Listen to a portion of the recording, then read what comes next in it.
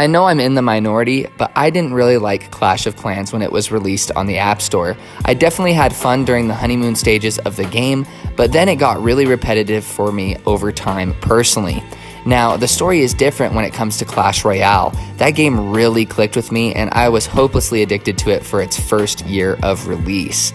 Now, I'm a very big Star Wars fan, and I've been waiting to pull the trigger on Apple Arcade.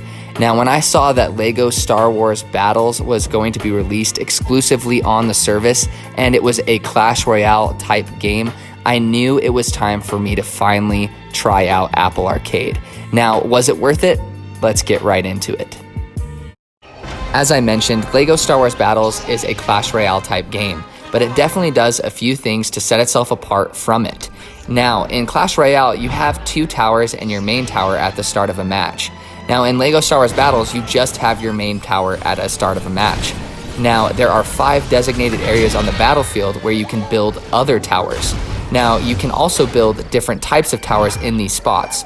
The way that you are able to do so is that you place units on the battlefield, and when they push up towards your opponent, then once they push past these turret placements or these tower placements, you are able to build a tower there.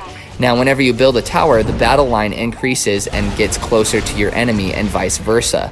So you're constantly pushing this battle line back and forth depending on where you're putting these towers and which players control which towers. Now, these towers also come into play on winning.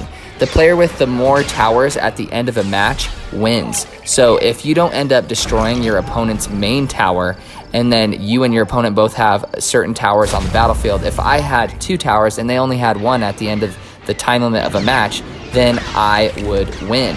So it's really cool. It really is an extra layer of strategy on top of the classic Clash Royale formula, and I really ended up enjoying it much more, and I definitely had to rewire my brain in some aspects. I have been completely blown away by how well the Star Wars license has been used in this game. I know that they've made some great LEGO Star Wars games in the past, but this one, just the sound effects, the soundtrack, everything is used in the right places and at the right times. There's so many iconic characters, and I love the humor that's sprinkled throughout this game.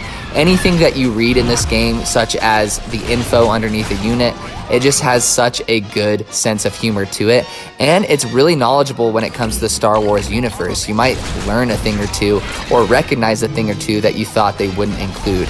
It's really special. One of the main reasons I was so excited for LEGO Star Wars Battles to be on Apple Arcade is because I knew that it would be completely free to play and you wouldn't be able to make any in-app purchases.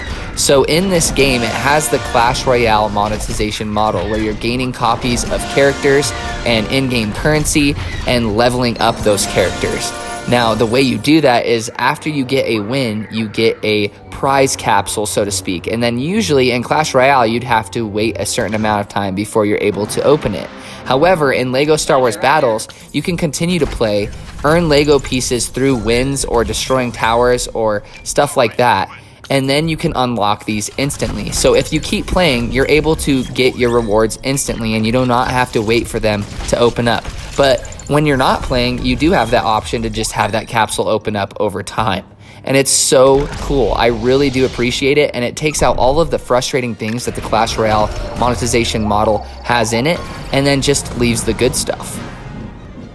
There are so many things that you can work towards and earn in this game. Now, there's a season battle pass-like structure where you can complete daily quests in order to earn levels of rewards in the battle pass, and the battle pass lasts for a certain amount of time.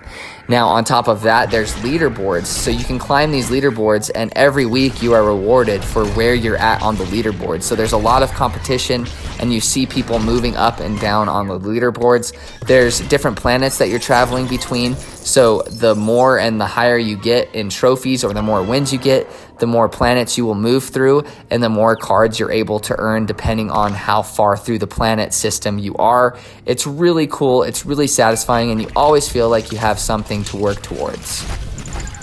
I have absolutely enjoyed my time with LEGO Star Wars Battles so far. And that could be from a combination of things, such as my love for the Star Wars universe, my love for Clash Royale, or my love for non-pay-to-win mobile gaming when it comes to multiplayer games. And this has all of that and more.